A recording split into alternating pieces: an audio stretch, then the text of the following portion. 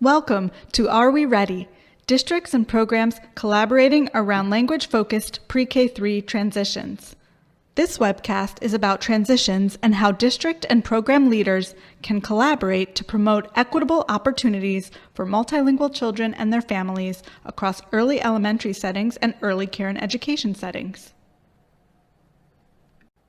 This webcast is intended for district and program leaders working to ensure equity for multilingual children and their families. By district and program leaders, we're referring to directors or leaders of curriculum and instruction, of language programs, early care and education programs, special education, and others who create program and district-level policies and practices. Here are the learning goals for this webcast. You will be able to explore what equitable transitions look like for multilingual children and their families, identify why pre-K-3 transitions are an important and timely topic for districts and programs, and identify ways to lead equitable transitions for multilingual children in your district or program. So we're going to go over the what, why, and how of pre-K-3 transitions for multilingual children. As we move through the webcast, I invite you to make connections to your local setting, practices, and possible changes to ensure equitable transitions for multilingual children. I'd like to pause here and give you a chance to reflect. What do equitable transitions for multilingual children look like for you at a district or program level? So what do we mean by pre-K-3 transitions? We're referring to transitions across one district, program, school, classroom, or other learning space to another one. Meaning transitions from pre-K to kindergarten, kindergarten to first, first to second, and second to third, and the district or program level policies and practices that support them. This could include practices that support a child moving through a particular school or district, a child coming from another district, or someone who has newly arrived to the U.S. at any time during the year. We're also focusing in on pre-K through third grade to emphasize the importance of building a foundation for equitable policies and practices for multilingual children and their families across your districts and programs. This webcast is specifically grounded in the WIDA Pre-K-3 Essential Actions. You can find a list of these essential actions on the WIDA website in the resource library or on the Teaching in Pre-K-3 webpage. For this webcast, we're focusing on Essential Action 5. Collaborate to promote and support multilingual children's language development, dynamic language and cultural practices, and learning. While the other actions still play a role, it is the responsibility of district and program leaders to collaborate and lead the transition process.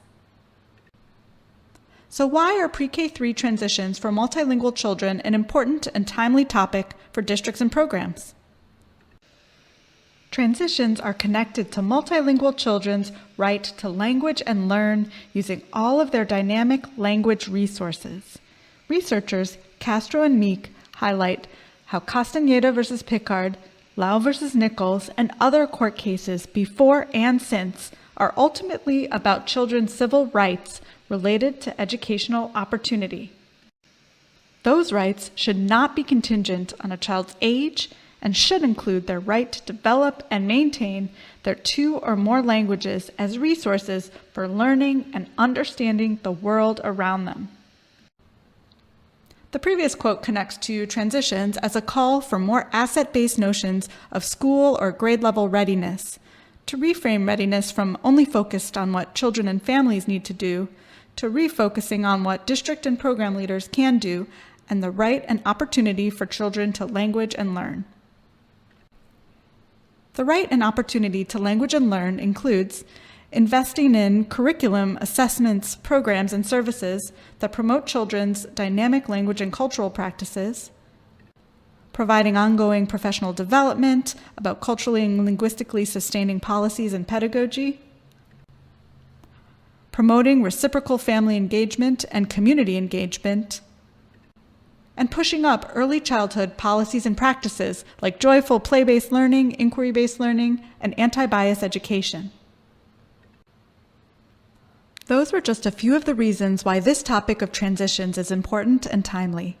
Taking an asset-based and language-focused approach to transitions in your district and program builds a foundation for success across pre-K3 and beyond.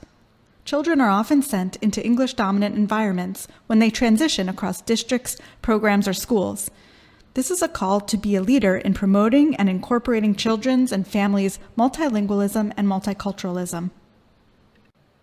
This concept tool, adopting a language-focused approach to transitions across pre-K3 settings, is a tool we have that provides a general overview of pre-K3 transitions. It is for all audiences, administrators, educators, and more. It's a good starting place for thinking about transitions. You can find this concept tool on the Teaching in Pre-K3 page or the resource library on the WIDA website. Now we're going to talk more specifically about how district and program leaders can support multilingual children during pre-K3 transitions. This part of the webcast will reference 2 handouts. These handouts can also be found on the Teaching in Pre-K3 webpage or in the WIDA resource library. As I go through the rest of the webcast, look for the green bubble in the upper right-hand corner for the page numbers I'm referencing. Feel free to pause the webcast here and download these resources before moving forward.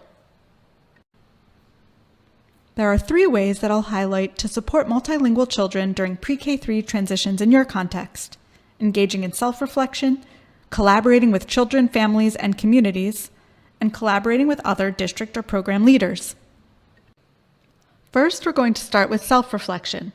Let's explore a few voices from the field to consider important topics for self-reflection. The National Association for the Education of Young Children, or NAEYC, published a position statement on equity that offers leaders ideas for reflection. They noted that recommendations for administrators include providing regular time and space to foster a learning community among administrators and staff regarding equity issues. Include opportunities for all individuals to reflect about their own cultural attitudes and behaviors, as well as to uncover and change actions that reflect implicit bias towards children, families, school staff, and administrators. A district curriculum director shared, "We have encouraged school leaders and educators to interpret standardized assessments with caution as children transition from grade to grade." As someone who grew up in a monolingual English home, I realized that earlier in my career I over-relied on tests for decision-making. Now I advocate for dual language and bilingual approaches. If you know more than one language, you should be supported in this and not held to a monolingual norm. Let's pause and reflect. How has your story and other stories caused you to reflect on your practices? On page 1 of the District and Program Collaboration Guide and Note Taker, there are a set of questions that you can use as you engage in self-reflection.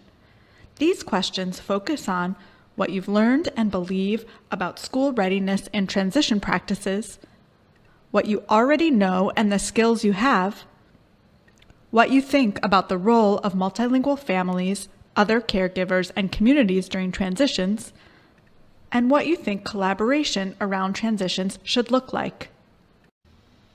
Next, we're going to talk about collaborating with children, families, and communities during pre-K3 transitions. The National Academies of Sciences, Engineering, and Medicine published a report on promoting the educational success of children and youth learning English.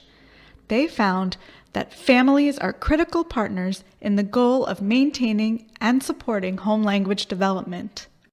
And the entire district or program benefits when leaders and educators incorporate diverse cultures, languages, and talents of multilingual families into learning environments and curriculum. And families of multilingual children hope that transitions in schools or programs promote all of their children's language resources. One mother from a WIDA research study shared, "I feel like when they're young, their brain is so small, but it's clear. With language, the earlier the better because they get more grasp of what they're doing. I feel like that's what helped me develop all of these languages that I know, and I can see it for my children too. Once your brain is open to languages, you can nurture them more and more." Another leader shared, "Our district provides support for family liaisons. Every school has a parent liaison whose job is to connect families and schools. All of the family liaisons are bilingual. One thing they do is host family nights, some for all families and some just for multilingual families. They've showed families a copy of their WIDA access scores and explained what they mean. They also talk about families' language and cultural goals and how they and administrators and other staff can advocate for these goals. Let's pause and reflect. What have you heard from the multilingual families in your district or program about their experiences with PreK-3 transitions? On pages 1 through 3 of the District and Program Collaboration Guide, there's a set of practices that we suggest for collaborating with multilingual children, families, and communities during transitions. You may already be doing many of these practices, and we invite you to consider new practices. Some of the practices in the guide include reviewing how your district or program shares information with multilingual families about pre-K and K enrollment, getting to know and partnering with families of multilingual children around transition activities, budgeting for interpreters and translators during enrollment and transition activities, and sharing information with families about your English learner identification process, language program models, and how each model supports the language goals families have for their child. Finally, we're going to talk about collaborating with other district or program leaders during PreK-3 transitions. Collaboration is crucial to ensuring that multilingual children feel supported and their language and cultural practices uplifted throughout their experiences in PreK-3. As early childhood author and consultant Karen Nemeth said, ideally, every school district will invite all of the local child care providers, including Head Start, Chains, private programs, faith-based programs, and family child care home providers to discuss, collaborate, and plan together. Compromises can be reached, resources can be shared, policies can be adjusted, common goals can be established.